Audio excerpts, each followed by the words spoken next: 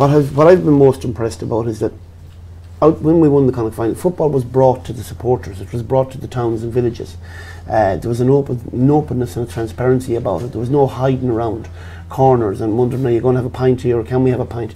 The players are encouraged to enjoy themselves, and that transmits onto the pitch. And I think the Roscommon story this year in particular has given hope maybe to a lot of other counties in a couple other provinces that may have given up the ghost on fighting against the bigger counties, the stronger counties and the more financially adept counties.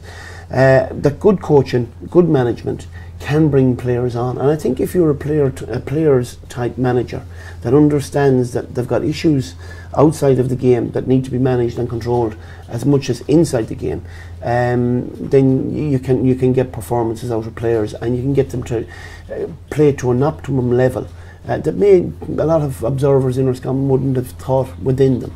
Now there are other issues, and look, I'm not going to go into them too in depth here, but there are players who aren't playing. That was their choice not to play in a lot of cases. In some cases it wasn't their choice, and I think if we're to develop further on the progress of this year, and it's not finished yet,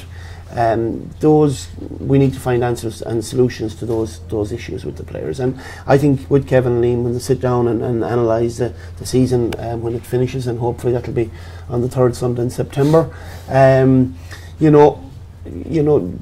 if we can develop along the lines that we've developed over the last 12-14 months, well then our future is very, very good. But I would caution as well that sometimes first season syndrome, you get the max amount of players. The second season then you have to embellish the squad, make it stronger, and then create that family aspect and that feel to it, which is not just internal to the squad, it's internal to the county, because like any other county there's a lot of politics in it, but we're all rowing the boat currently in the one direction, and I would like to see that continuing, and I think it's important that it does.